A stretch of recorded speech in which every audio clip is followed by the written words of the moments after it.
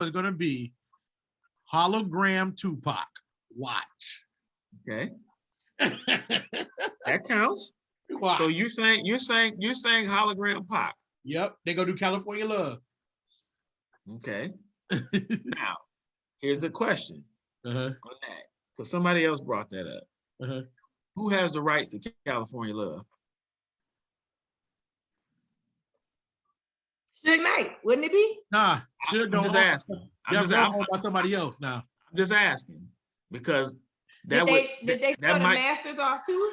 Yeah, what you call whoever owns Death Row, who bought it? I think a conglomerate bought Death Row, like Seagram's or something like that. But they own the masters and everything, the rights to Death Row. So wouldn't they have to? Okay. Wouldn't he have to get rights to utilize that? I'm just asking. I don't know. Look, yes and yay and nay, because if it still was on Dre's publishing company, which Dre did have publishing rights, when you have publishing rights, you still can perform with that as well. But I think he can only perform his part, correct? Oh yeah. Yeah. So I wouldn't be shocked if California Love comes on, but it may not be Tupac. And here's the other part, Freeze. Keep in mind, Dre and Pac, they didn't end on. They wasn't like, oh, I love you at the end. Well, Dre still showed mad love to Pac. If you watch the Defiant ones, so he did. He loved Pac. Pac was just mad at him. So, right. I mean, he did, but I'm just saying now. Yeah. So I'll tell you who my pick is. My pick is. Now I'm scoping with my full capabilities. Now I'm living in correctional facilities. Some don't agree with how I do this. I get straight meditate like a Buddhist. That's Dre. But what song? Oh, Express Yourself. By what group? NWA. There we go. But here's the thing. Reason why I didn't say Cube, because Cube is doing the Bush NASCAR next week. He doing NASCAR the week after, and I don't think he's gonna get on there. I think it's gonna be all of them. I think you're more likely. I think you're more likely to see hologram Eazy-E than you are a hologram Tupac. Yeah, I can see that. But I don't think Cube gonna be there. Because Cube was a big name, and they would have to pay Cube to do that. You know what I'm saying? Cube is already advertising for NASCAR. That's the only why I didn't say Cube. The only reason why I didn't.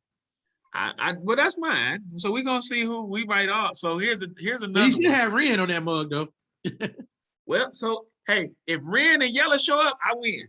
Yeah, for sure. If Ren and Yellow show up, you win. But I'm still going with hologram Pac. Now somebody else brought this up. Here's the other one. We put this one out to the side. This is another one that can show up. Okay. Could be 50's messy ass. Yeah, it could be 50. Cause in the club, yeah. When In the Club comes on, look, Roger Goodell even knows that. He'd be like, oh wow. Yeah. yeah. I wouldn't be surprised on 50 coming up there. Yeah. I wouldn't be surprised on that one. 50 a mogul right now. He's a TV mogul. You know what I'm saying? But I'm just saying, In the Club, he'll take a break to do the Super Bowl or something like that because it's Dre and him. It's Dre and him and Snoop and everybody. You know what I wish he would have on there though, G? I'm gonna tell you, you gonna be like, oh yeah, that'd be dope. If he had RBX Cell Block 2. If he put RBX on there and do high powered, boy, I'd throw the damn TV away. I agree. But Lady of Rage. But we're gonna see. Yeah, we're gonna see how this Super Bowl won from in terms of the game, because these are the two lowest seeds ever to participate. Not the lowest seed, but the two teams together combined to be the two lowest seeds to ever play in a Super Bowl. So hopefully we'll have a good game. I mean, I don't want Stafford to win, so it looks like they're gonna win. Y'all will see me. You see somebody run out on the field and pull a Nancy Kerrigan, it's me.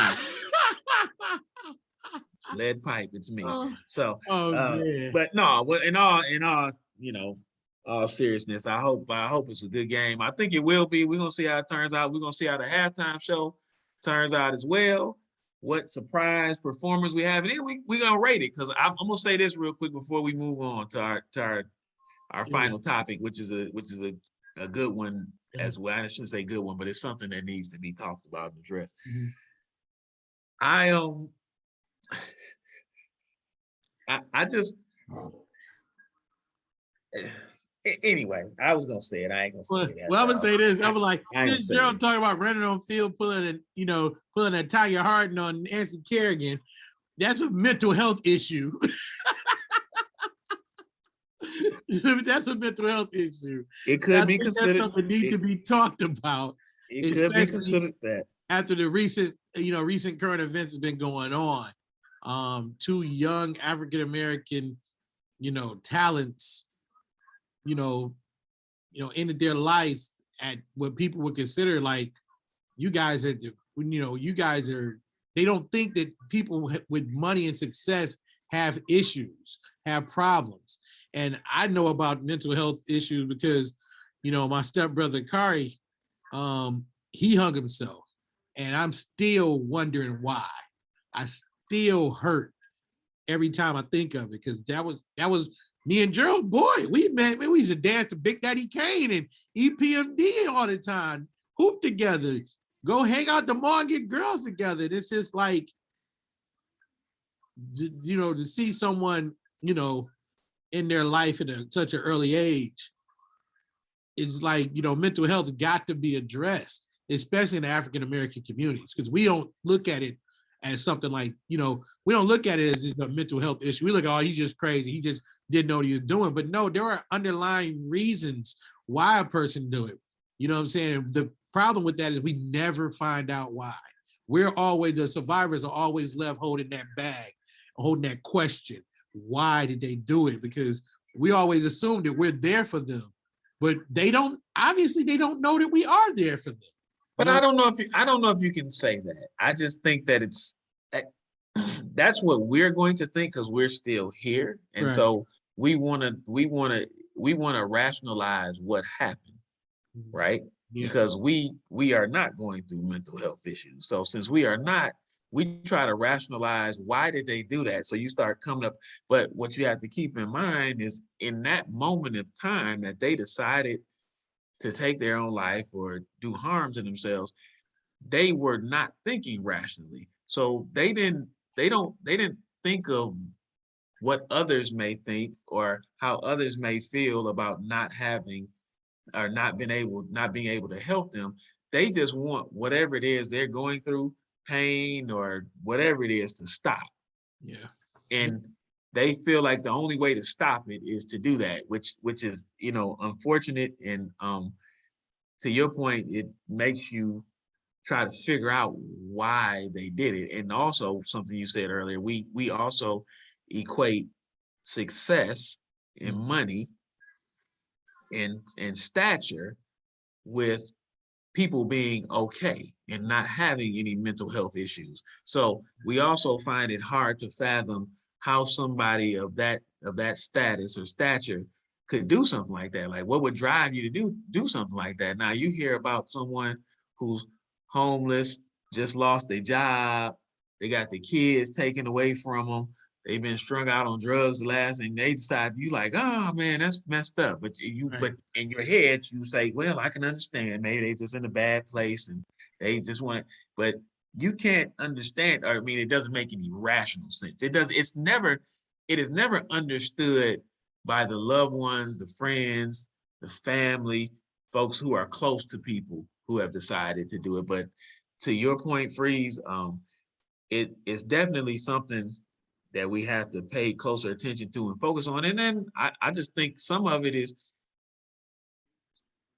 you can check on somebody every day, which, unfortunately in the case of Chesley, Chris, her mother said that she talked to her on a daily basis and she never had any indication, and that she never made any mention of, that she was feeling bad or she was having, any type of mental health issues or just emotional or stressful issues at all. So, yeah, it's unfortunate. You just never know. My heart, goes out to her family and friends and everybody who knew her. We had a friend who knew her as well. So, actually two friends who knew her. So I hate I hate that happened. And like you mentioned, it's starting to become more prevalent is, I guess, the issue. Not that it didn't happen in the day, but it seems like it's happening more. So we need to put more of an emphasis on it as a society.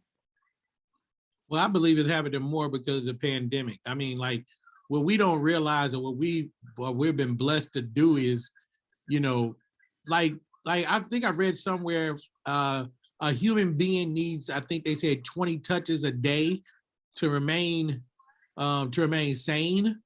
The pandemic has made us so we're isolated. We're not around people. We're not getting those touches. If you're not seeing anyone, you're not getting those touches. You're not getting that hug. You're not getting that love. You know, and as a human beings, that's what we're made. We were made to be around each other. We're made to be, what's the word I'm trying to look at? Social, so to speak. That's why people crave Facebook, because they crave that attention. They crave that love. They crave that like. They crave that, you know, human interaction. And we're not having physical human interaction right now. So they're like, when they talk about the pandemic, about the thing that we've missed, what we've really missed is human touch. You know what I'm saying? It's, you know, I can't remember exactly what this psychologist said, but we need touches. We need to be touched. We need a hug, a pound, a handshake, some dap. You know what I'm saying? And that's why it's more prevalent. Think about this. We've been in this for about to be 3 years now. 3 years of a pandemic. It's 4? 4?